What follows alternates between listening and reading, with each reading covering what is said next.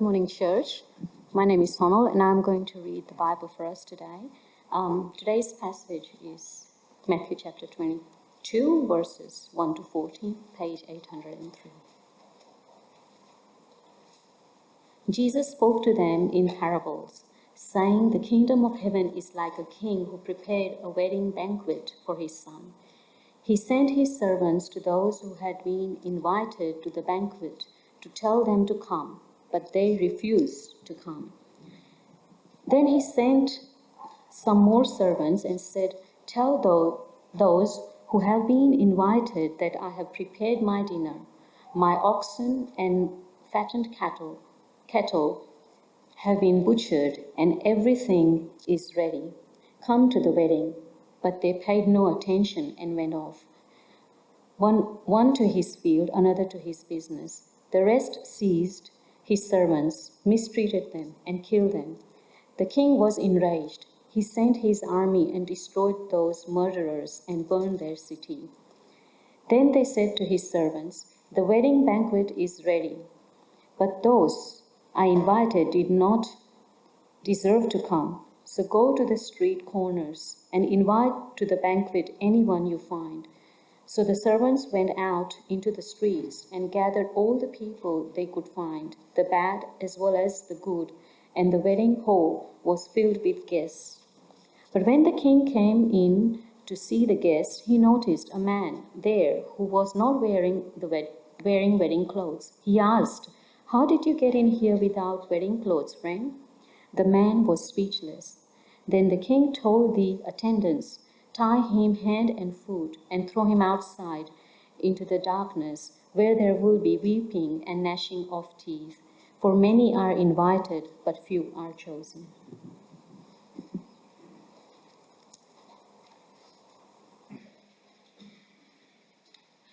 Thank you, Sonal. So you'll want to keep your Bible open at that page.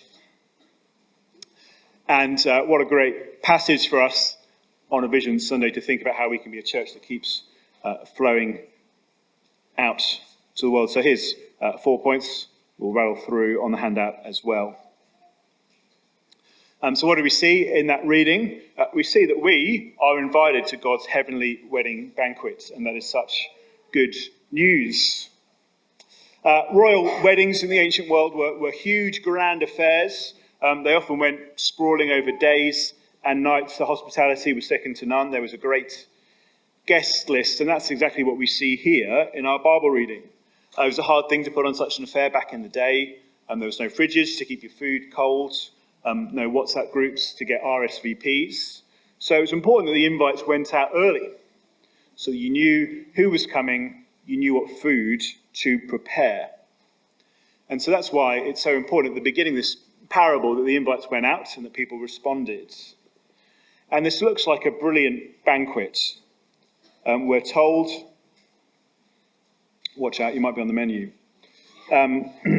There's oxen and fattened cattle on the menu here. And we're not even told the vegan options at this banquet, so who knows just how good it would be. And royal wedding banquets weren't such a big deal in the ancient world, but they were a big deal in the Bible as well. Royal weddings are often a picture of our relationship with God. So some of mine just getting rid of that before it gets too deep into us. There's a bird at the front if you can't see that. It's in my eye line, if not in yours. So royal weddings were a big deal in the Bible. Throughout the Old Testament, they were often a picture of the kind of relationship we could enjoy with God in eternity. God's perfect new world, his heavenly new creation, was often pictured like a glorious, luxurious wedding banquet. It was a picture we saw a hint of last week, if you were here. God's kingdom was described like a luscious vineyard that we can enjoy. And this week, God's kingdom is like an all-you-can-eat smorgasbord with royal family along the way. It's worth saying that if you're not used to reading the Bible, you might not realise that heaven in the Bible it's never vague, it's never waffly, it's not just about sitting on clouds, playing harps. It's always tangible, it's always physical, it's beautiful and it's delicious. It's meant to be somewhere we want to be and would delight to be for all eternity. It's going to be great. But also, the guest list, God will be there.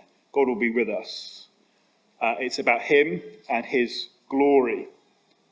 The heart of it is not just what we get to enjoy, a wonderful feast, a wonderful banquet, but also a permanent and intimate relationship with the creator God of the universe in a world that he made that's going to be free from sin and free from death. It's going to be wonderful. I can't wait. Everyone would want to be there. There's going to be nothing bad about it. No sin and brokenness will invade it, but everything good about this world will be even better. And the best news of all, you are invited. You are invited, every single one of us. And if you're here today and you call yourself a Christian, if you're someone who leans on the cornerstone we heard about last week, that means you are in. You will be there for eternity. What wonderful good news, what wonderful hope for us for the future. Especially for the Christian living in this life now that is still subject to the effects of sin and death and brokenness. We suffer, we struggle in this life now. That's not a surprise to the Christian. But nevertheless, we have this eternal hope. And we know how generous and good God is in the meantime. And there is real hope for us. This is not merely a psychological crutch. It's not merely pie in the sky. It's what we all need. It's an anchor. It's a hope for us to live for now. It's so sad when we live through this life day by day with such narrow perspectives, thinking only of this life. God has designed this world with an eternity in mind. All of us have the dignity of being eternal creatures, eternal beings. And so let's lift our gaze and long for that heaven. If we have vision for anything, we want our vision, our gaze to be on eternity, where we will be with God. What God is doing in eternity is far more important than what we might seek to do in 1 year, this year. We're invited to God's heavenly banquet, but secondly, God rightly rejects those to the banquet who reject him. So you see in verse 3 that the first kind of round of invites are sent out. As we said, it's important to get this all done early. And, you might get a wedding invite in the post every now and then. You have to kind of choose your meals. Is it going to be ox or cattle or something else? And then you send it back.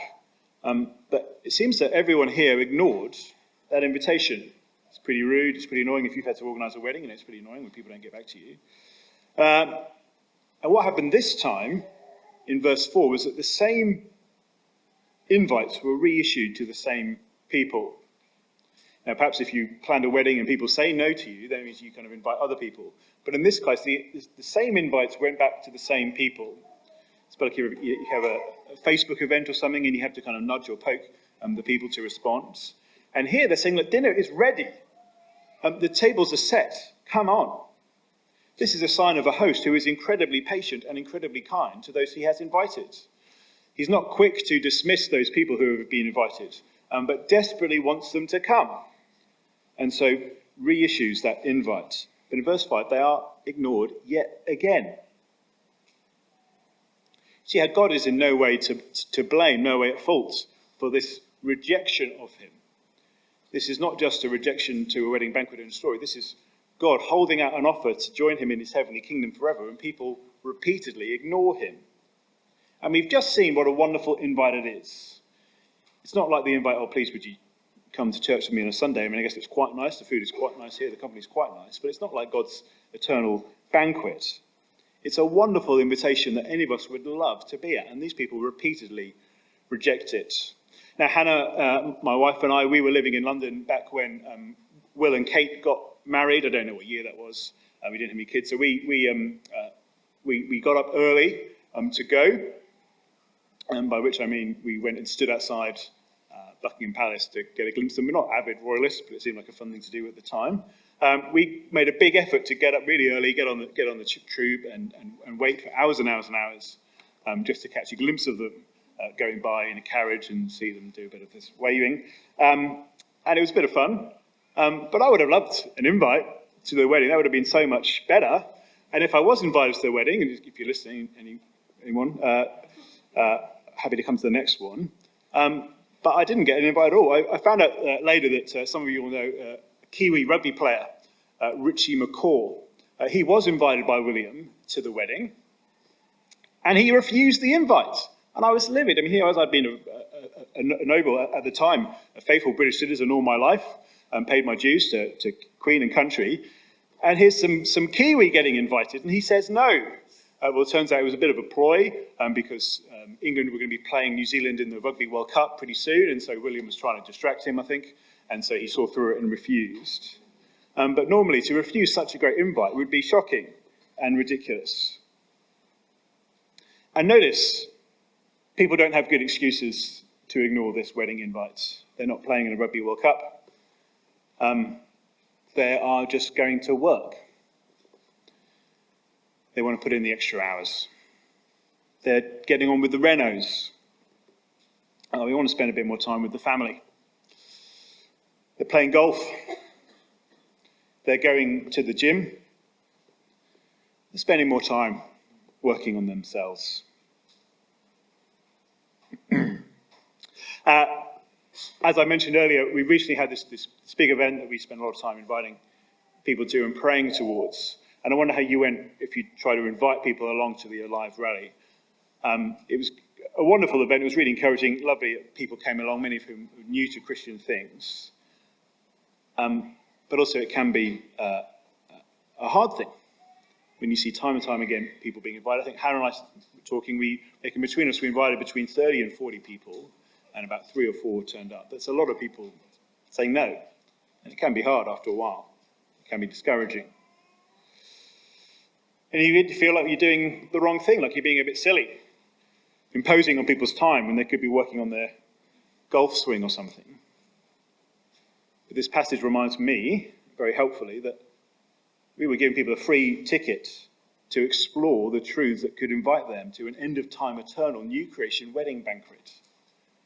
A kind of invitation that anyone would be foolish to turn down. So do you see how bad it is in the parable to turn down this invitation? And it might be bad enough already just to refuse such a good invite. But notice it's even worse in verse 6. Because it's not just passive apathy. There's also an active attack. The rest, they seized God's servants, they mistreated them and killed them. That didn't happen to me when I invited along to church. And so the king in verse 7 is rightly enraged by this. God is rightly angered by people that don't just ignore his free invites, but have, as we saw last week, killed his messengers, killed his prophets, killed even his son, Jesus Christ. And so for these people to be punished in return, it's not kind of vengeful lashing out. It's measured justice. It's absolutely right that God does this.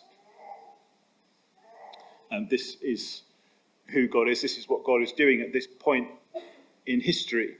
Now that Jesus has come, he is saying these words. He is declaring these words. God is saying time is up. Notice the invitations were being constantly reissued by God. Now, sometimes people think that the Old Testament was a period marked by God kind of being the angry old man in the sky. And then Jesus came, and he's the kind of peace and love hippie guy. But notice these last 2 weeks of parables have showed that in the Old Testament, God was repeatedly long-suffering and patient and kind and merciful to people who rejected him. But now when Jesus came, time was up. And people were now going to be held account for their rejection of God, for their violence against him. Actually, when Jesus came in history, that's the time when the cornerstone will crush those who rebel against God, when God rightly rejects those who reject him. But the wonderful news, our third point, is that God's guest list will be filled, and filled by all comers. So we can have absolute confidence, even as we send out the good news to our friends and others, we can be absolutely good news that even if people reject our invites, that God ultimately will be filling his kingdom. Let's have a look again, verses 9 to 10. So go to the street corners and invite to the banquet anyone you find. So the servants went out to the streets and gathered all the people they could find, the bad as well as the good. And the wedding hall was filled with guests. You see the point? God's purposes will not be stopped by something as meagre as people rejecting him. The show will go on. This should be no surprise From the very beginning of the Bible, God made promises to Abraham that he was going to have descendants of his that will number more than the dust on the earth, more than the stars in the sky, more than the sand on the shore. God was always been in the business of filling his kingdom, of filling up the guest list. It won't be a surprise if we're familiar with the Bible. It might be a surprise, though, if we kind of look around at the world today and we think that those who reject Jesus are by and large in the majority, certainly in Australia, in our part of the world, that the church feels like a small niche interest. Take it in Townsville today, there's far more people on a Sunday who aren't in church than are. But one day when Jesus returns, in judgment and glory, the guest list will be revealed to be enormous. Again, you might think that the guest list to a kind of church party is going to be like some kind of COVID wedding with only 7 guests, or something like that. But there's going to be multitudes, unnumberable, innumerable multitudes. It might surprise you if you're not a Christian. It might surprise you if you are a Christian. Some of us can have this view of God that he's a kind of grumpy bouncer on the door who's kind of looking for excuses not to let people into his kingdom. But that is never the case with God. God is always seeking to invite all kinds of people into his kingdom. We have a very narrow perspective because we live in Australia, in the West. But around the world, God is doing incredible things and has been for thousands of years in bringing people into his kingdom. We don't know much about it because it's not always happening here in Australia or even in kind of the West or English-speaking countries. I did some research this week, found out that around the world today, every day, every single day, there is, on average, more than 100 new churches coming into being. Okay, together, so not new Christians per day, over 100 new churches. And it's not happening in Townsville, it's not happening in Australia, it's not happening in America, it's not happening in Europe, it's happening in Africa, in Asia, in Latin America. It's happening even in the places where it's hardest to be a Christian today. Iran, by the way, the church is growing. China, of course. And we don't see it, but God is doing it. And even amongst Australia, there is reason to be encouraged. There are reports, by and large, of churches growing, of new churches coming into being even here. And if that's right, then how kind of God that even after the West, countries like Australia, by and large, we've been on the receiving end of that invitation, so to speak, for so many years, so many hundreds of years in the West, in Europe, and by and large, it has been rejected. It has been turned out. How kind of God to actually keep holding out that invitation. And so this is an encouragement for us as well. We're told here to go, therefore. It's the same phrase used at the end of Matthew's Gospel, that we should play our part in taking the gospel out.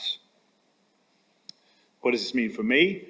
Well, there's 30-odd people that said no to me coming to the Alive rally the other week. How do I feel about that? Well, I can be encouraged to go again. Maybe with different people to pray about and invite along. I love that phrase, the bad as well as the good. Maybe I kind of, in my head, I kind of ignore what I would call the bad. Don't think they would come to church. Jesus invites the bad as well as the good to church. But also, maybe I just invite the same people. Sometimes I can feel like I'm bugging people, like I'm annoying people if I keep inviting them to the same old things. Well, what a ridiculous thing to think when we bear in mind what the invitation is to. We're not asking people just to give up a Sunday, give up some time in the Bible. We're holding out to them an invitation to a heavenly wedding banquet, to avoid the eternal judgment of God. And the guest list will be filled. At a previous church I worked for in London, it was a pretty old church in the centre of London, so we had lots of weddings, and part of my role was to help out with the weddings. And you might know that actually it's illegal to stop people coming into a wedding because it's a public event. So it's kind of a biblical idea that everyone knows what's going on. It's not a private thing. And so any member of the public can technically come into a wedding, so you can't stop people walking into a wedding.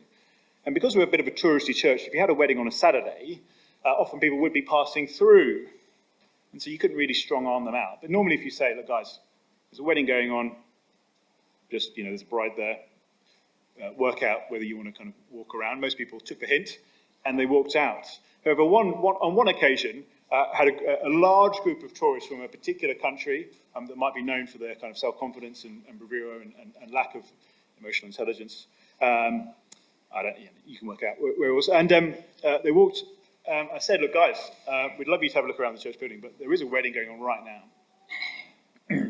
And I'm sure it was a shock to the bride and the groom. The wedding was going on when they turned around and saw that in all the gaps and all the aisles there was about 30 Americans. 30 lovely people who had just filled the wedding, filled the room. It was a bit frustrating for them and for the photographer, but a wonderful picture of what God's kingdom will be like. There will be no room left at this heavenly banquet. Everyone is invited, the highways and the byways, the bad as well and the good. That is such an encouragement for us as we think about what church we want to be this year and beyond. We want to be the kind of church where all people are welcome, where we send out and encourage others.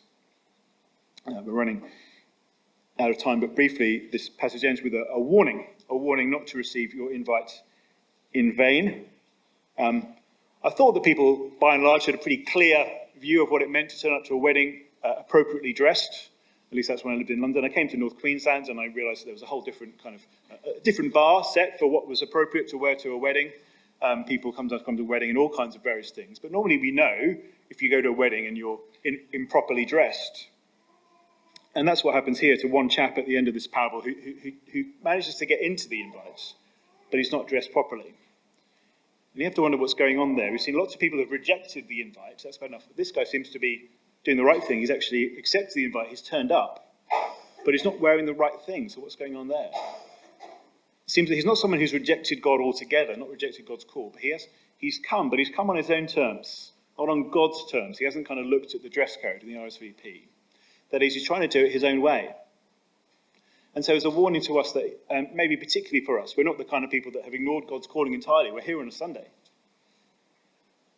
But have we come on our terms, trying to do it our way? Maybe we've accepted God's call, but we haven't properly repented. We haven't come on God's terms. Well, the consequences are severe. Tie him hand and foot, throw him outside into the darkness where there will be weeping and gnashing of teeth. For many are invited, but few are chosen. A reminder then that whilst the invite does go out to all, God is gracious and kind, patient and long-suffering. We must take hold of that invite and to do so on his terms.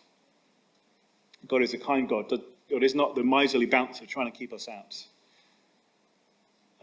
but accept his grace and the kindness of the cornerstone, and we will be welcomed in. I'm going to pray, and then we're going to stand and sing in response to what we've heard.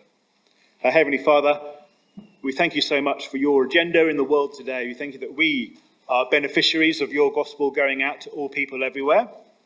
And so we pray that we would be captured by that same heart, that we would long to see the gospel go out to all kinds of people. Amen. Let's stand.